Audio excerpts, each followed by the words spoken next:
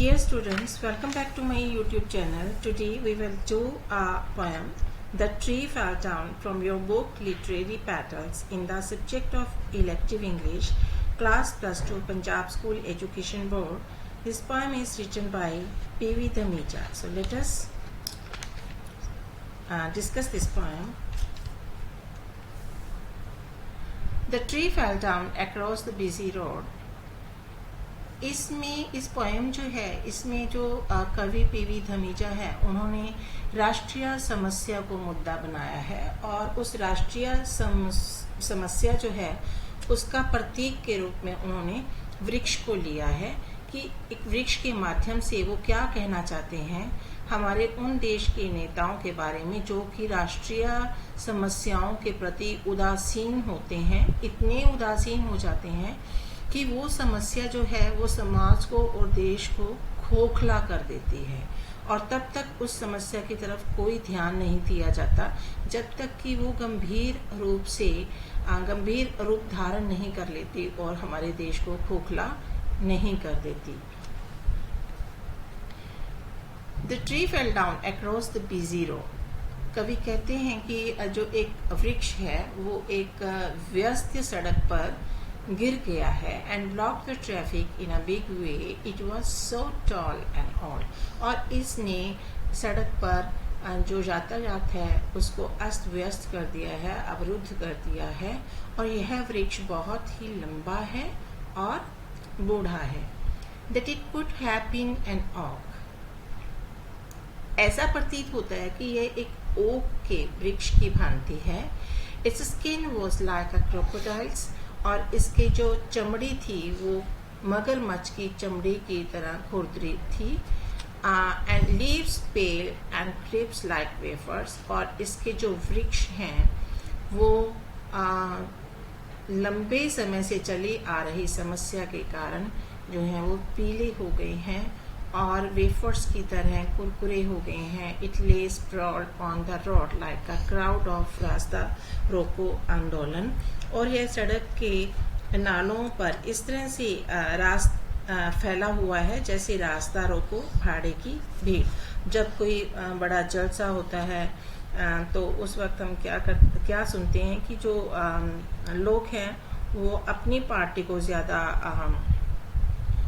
जो है शक्तिशाली या ताकतवर बताने के लिए ज्यादा लोगों की भीड़ इकट्ठा कर लेते हैं जो कि भाड़े पर लाई गई होती हैं। तो कवि ने प्रतीक के रूप में पुराने वृक्ष का जिक्र किया है। ये एक पुरानी राष्ट्रीय समस्या का प्रतीक है। शुरुआत में इसे हल करने के लिए कोई ध्यान नहीं दिया गया था। यह अब हाथ से निकली हुई समस्या है। इस राष्ट्रीय समस्या ने राष्ट्र के जीवन को पूरी तरह से पंगु बना दिया है। For years it has stood leaning above the road. सालों से यह सड़क के ऊपर झुककर खड़ा हुआ है। वृक्ष के बारे में बात की जा रही है कि ये जो वृक्ष है वो सालों से इस सड़क के ऊपर झुका हुआ है। कोई भी इसकी चेतावनी से परेशान नहीं है। None bothered about its bristly warning. कोई भी इसकी चेतावनी से परेशान नहीं था। Which often dwell so feeble and gentle that they must have been taken as playful poking. और इस वृक्ष के जो ब्रिसल्स थे वो इतने कोमल थे और कमजोर थे कि उन्हें चंचल पॉकिंग के रूप में लिया गया होगा।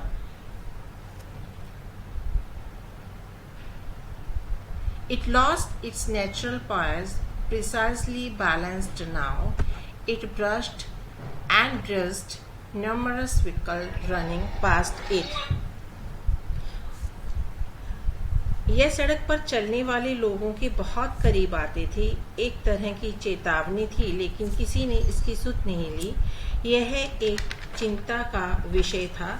इसने अपना प्राकृतिक संतुलन खो दिया था और यह विशाल पेड़ सड़क पर गिरने वाला था और इस खतरे से हर कोई जो था वो अनजान नहीं था लेकिन हर कोई जो था उसने इसे इग्नोर जरूर किया था।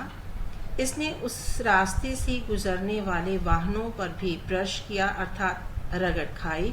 कभी कभी मामूली नुकसान भी होते थे, लेकिन कभी किसी ने इसकी तरफ ध्यान नहीं दिया जब तक कि यह सड़क पर गिर नहीं गया और पूरी तरह से यातायात को रोक नहीं दिया। Time passed month after month. समय महीने दर महीने जो था वो बीतता गया। It could no longer support itself on its shaking tubular stem and came crashing down like a skyscraper down in an earthquake. अब क्योंकि ये वृक्ष जो था वो लंबे समय से जो था यहाँ पे झुका हुआ था, कमज़ोर हो गया था, कीड़े ने इसे खा लिया था और ये पूरी तरह से खोखला हो गया था। और इस तरह से जो है ये एक जो है इमारत की तरह भूकंप के झटके से ही गिर जाने वाले जो दशा होती है उस दशा में था।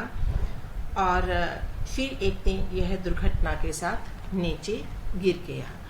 They have been gone now for hours to fetch their massive cranes to remove the monster from the way the traffic can wait patiently. अब इसमें मॉन्स्टर किसको कहा गया है, जो राक्षस किसको कहा गया है, ये वृक्ष को कहा गया है। और वृक्ष को राक्षस क्यों कहा गया है? क्योंकि वृक्ष को राष्ट्रीय समस्या के रूप में लिया गया है। और राष्ट्रीय समस्या को अगर हम कहें कि मॉन्स्टर क्यों कहा गया है, क्योंकि इसने पूरी मानव जाति को, पूरे देश को जो है वो खत्म कर दिया है, खोखला कर दिया है। तो they have been gone for hours to fetch their massive cranes. They have been, they कौन है?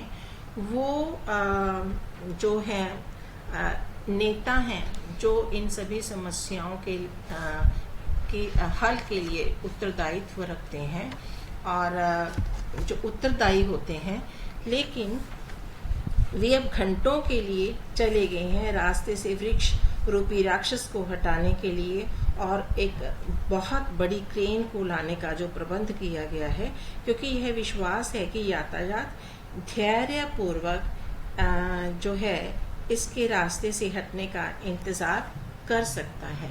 यह विशालकाय पेड़ जो कि सड़क पर गिरा है एक गंभीर राष्ट्रीय समस्या का प्रतीक है। इसे हल करने की तरफ कोई ध्यान नहीं दिया गया। अब समस्या का हल हाथ से निकल गया है और यहाँ देश में आपदा प्रबंध के हल पर एक बड़ा सवाल कवि द्वारा उठाया गया है। जब ऐसी कोई आपदा आती है तो इसके लिए उत्तरदायी अधिकारी कोई टिप्पणी करने के लिए सामने नहीं आते हैं। तो ये पोएम जो थी इसमें मेन मुद्दा जो था पीवी धमीजा ने यही उठाया है कि जो राष्ट्रीय समस्या होती है वो किस तरह से एक बीमारी की तरह जो एक देश को खत्म कर देती है, पंगु बना देती है।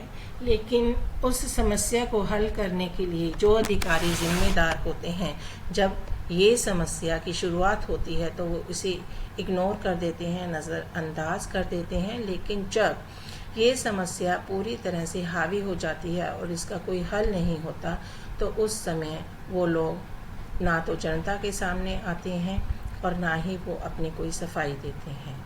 तो ये थी आज की पोएम जो हमने डिस्कस की है, द ट्री फेल डाउन। तो आप सबको ये समझ में आ गई होगी और आप सब इसे ध्यान से सुनेंगे, एक बार फिर से पढ़ेंगे और अच्छे से समझ लेंगे। Have a nice time.